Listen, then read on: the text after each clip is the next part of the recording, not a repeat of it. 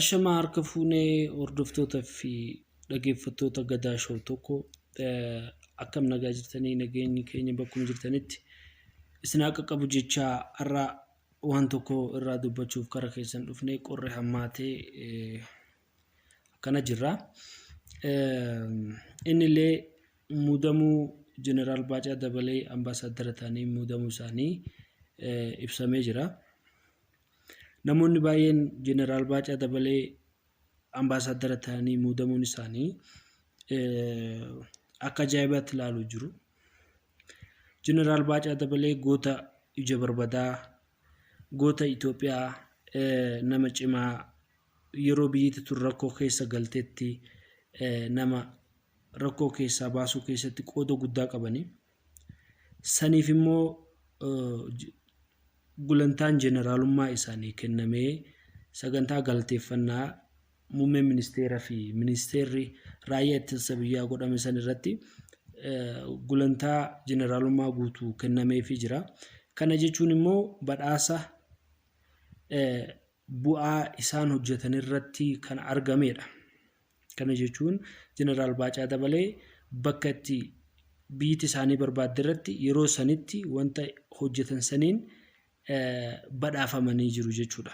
Jeneraalan turree jeneraala ta'anii jiru jechuudha. Kana jechuun immoo wanta isaan suni hojjetan suni isaanis biyyas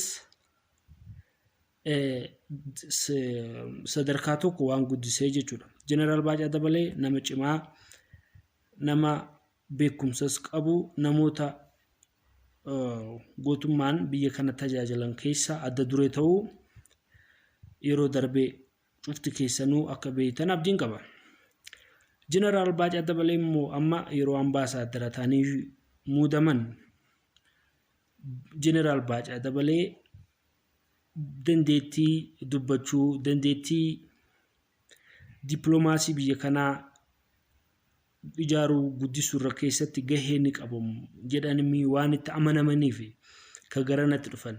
Jeneraal Baacaa Dabalee nama cimaa amma addunyaan waraana gootuun dippiloomaasiin dippiloomaasii waraanaa san keessatti Itoophiyaa bakka bu'anii biyya deemanitti dippiloomaasii cimaa uumuu nama danda'an jedhanii waan itti yaadameef dippiloomaasii cimaa uumuu nama danda'an jedhanii waan itti yaadameef kan ambaasaadara ta'anii muudaman malee yookiin bakka san irratti hojii gadaanaa hojjetanii tiimiti. Hojii gadaanaa hojjetanii gulantaan jeneraalummaan kennamuuf. Jeneraal Baacaa Dabalee ilma biyyaati. Kaayyoon isaanii aangoo fi miti. Kaayyoon Jeneraal Baacaa Dabalee bakka itti muudamanitti uummata kana haqaan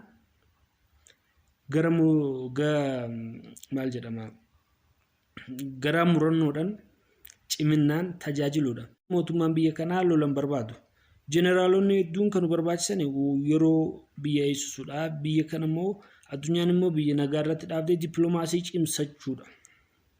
Yeroo jaarraa 21ffaa kana keessa ka jiru kana. Kanaafuu Jeneraal Baacaa Dabalee bakki amma itti ambaasaadara ta'anii muudaman kun dippiloomaasii addunyaa keessatti dippiloomaasiin mataan isaatu meeshaa waraanaati. Addunyaa kan ittiin injifattu. Dippiloomaasii cimaa biyyatti qabdu biyyoota biroo wajjin addunyaa kana irratti waan feete ni argatti. Kanaafuu obbo Jeneraal Baacaa Dabalee dippiloomaasii kana nama hojjetan, nama qixa sirriidhaan Itoophiyaa bakka bu'anii dippiloomaasii biyya kanaa ni ceesisu jedhanii itti yaadaman waan ta'eef kanaaf muudaman. Deebii kana immoo nama irraa warri isiniin galin akka isinii galu kaadireen isinii himuu baattus anaatu isiniif hima. Kanuma horaa bulaalee banaa walii dabarsaa galatooma.